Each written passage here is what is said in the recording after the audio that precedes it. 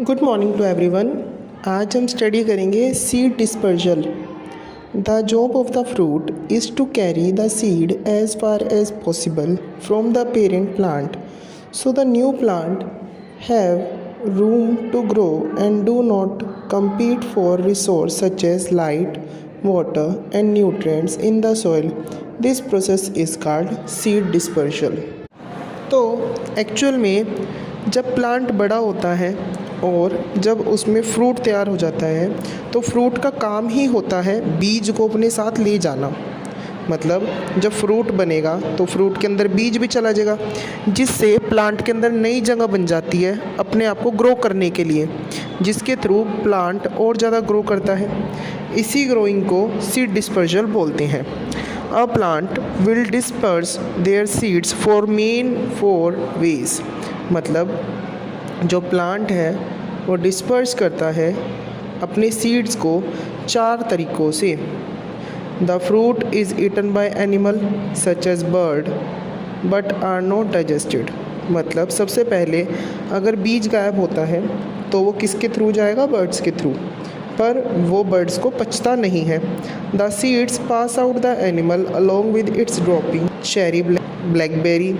These fruits look and tasty nice। ऐसी ही कुछ seeds हैं जो एनिमल गिरने पर खाते हैं, जैसे चेरीज़, ब्लैकबेरीज़। ये फ्रूट की तरह दिखती हैं और इनका टेस्ट भी अच्छा होता है। The fruit splits open, sometimes this happen with a lot of force and the seeds are shoot out. कई बार ये फ्रूट्स खुल जाते हैं और कई बार ये बहुत ही ज़्यादा तेज़ी से गिर जाते हैं। Like as beans, the pod is the fruit and the beans are the seeds. जिसमें से पोड क्या है? एक फ्रूट है, जबकि बीन्स क्या है? एक बीज है। The fruit have little hooks. These hooks sticks to the fur of animal burdock। Fruit के साथ में कई बार हुक्स होते हैं जो गिरने पर एनिमल्स के साथ चिपक जाते हैं।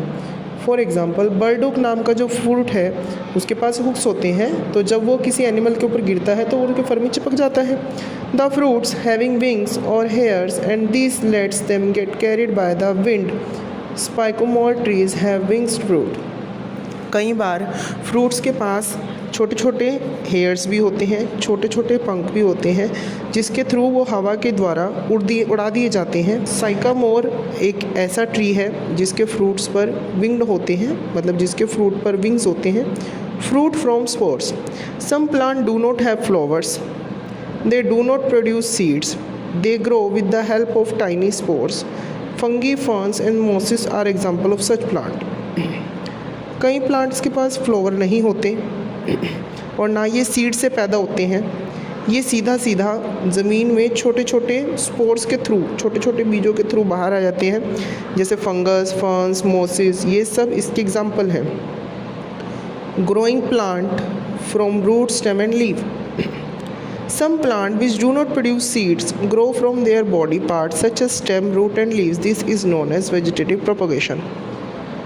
कई बार प्लांट्स जब अपने स्टेम से, रूट से या पत्ते से उग जाता है उस तरीके की प्रोसेस को कहा जाता है वेजिटेटिव प्रोपगेशन। फॉर एग्ज़ाम्पल बच्चे, आपने मान लीजिए गन्ना उगाना है, तो गन्ना उग चुका है, आप उसे काट देते हो, ऊपर से जड़ के साथ नहीं निकालते, तो वहाँ आप देख रहे हो जड़ के थ्रू पूरा गन्ना दोबारा से आ जाएगा।